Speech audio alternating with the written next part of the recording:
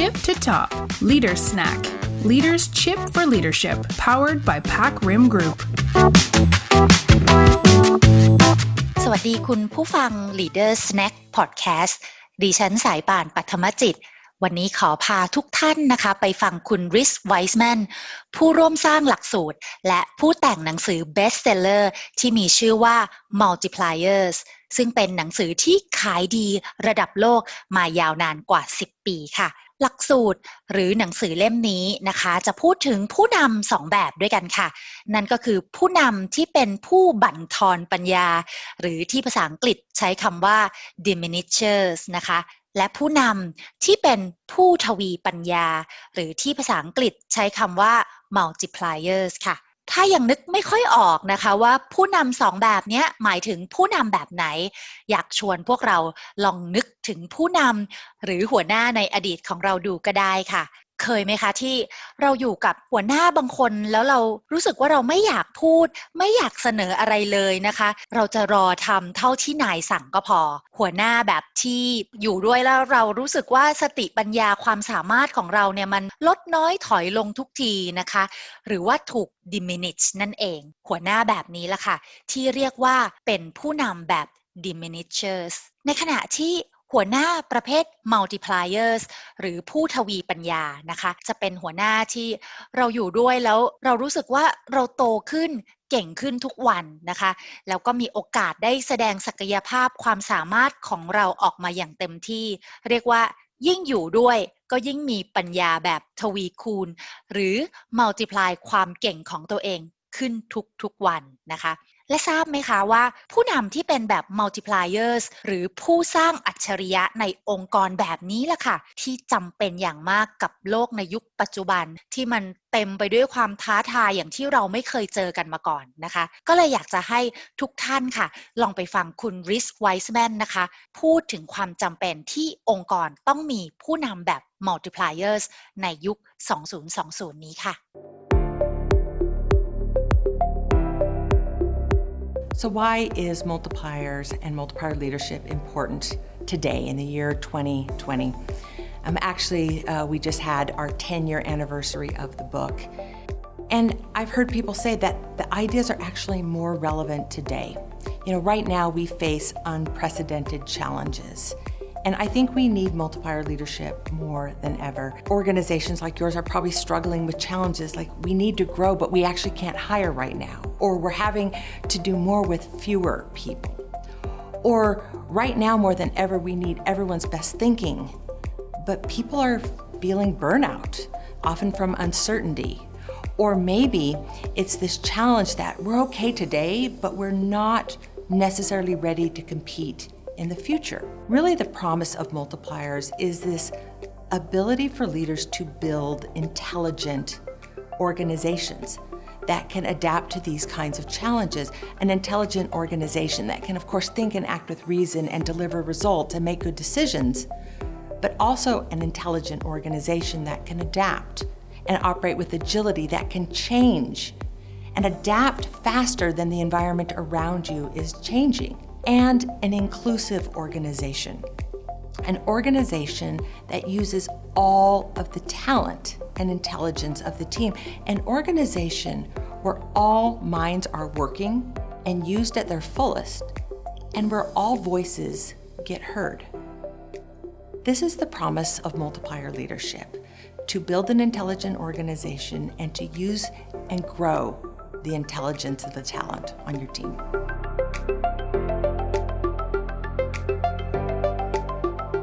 ก็อย่างที่คุณริสบอกไว้เลยนะคะแม้หนังสือจะแต่งมาเป็น10ปีแล้วแต่ช่วงเวลานี้ค่ะกลับเป็นช่วงเวลาที่เราต้องการผู้นำแบบ multipliers ที่สุดเลยเพราะมันเป็นยุคที่เราต้อง do more with less นะคะหรือทำน้อยแต่ต้องได้มากนะคะรวมทั้งเรายังต้องการไอเดียดีๆจากความฉลาดความสามารถของทุกคนในองค์กรเพื่อมาช่วยให้องค์กรอยู่รอดแล้วก็เติบโตท่ามกลางความท้าทายใหม่ๆนะคะโดยสรุปก็คือว่าผู้นำในยุคนี้ค่ะต้องสามารถสร้าง intelligent organization นะคะที่สามารถปรับตัวได้ดีแล้วก็ดึงศักยภาพของทุกๆ มันสมองในองค์กรมาใช้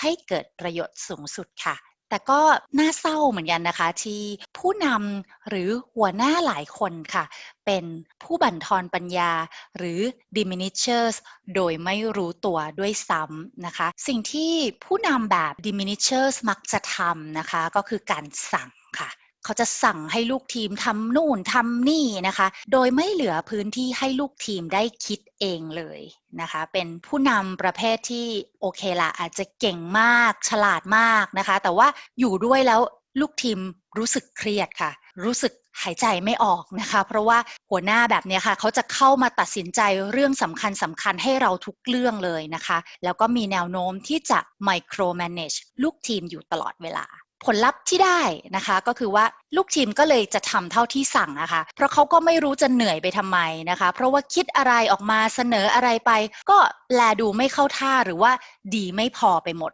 นะคะดังนั้นถึงแม้ว่าเขาจะเข้ามาทำงานด้วยไฟที่โชติช่วงขนาดไหนนะคะเมื่อเจอกับผู้นำแบบนี้แน่นอนเลยค่ะวันณจุดหนึ่งนะคะเขาก็จะมอบแรงกายแรงใจ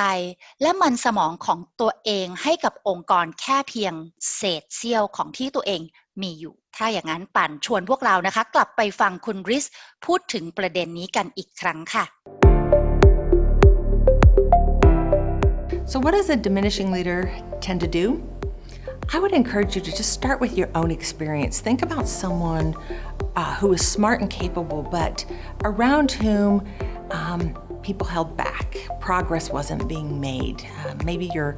kind of playing it safe. And remember, what were some of the behaviors of this leader? It's probably very similar to what I found in my research. What I found is that these leaders, they tend to give directives. They tell people what to do.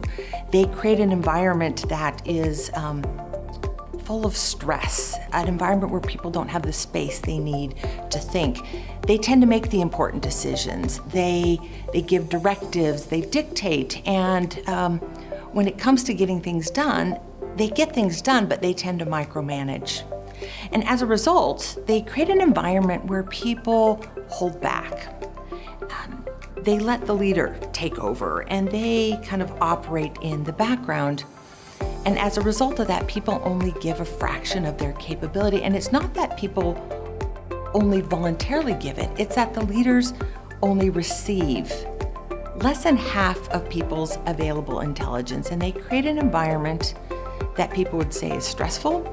is frustrating, and actually exhausting. You know, isn't it interesting that when people can only give a fraction of their capability, they find that exhausting?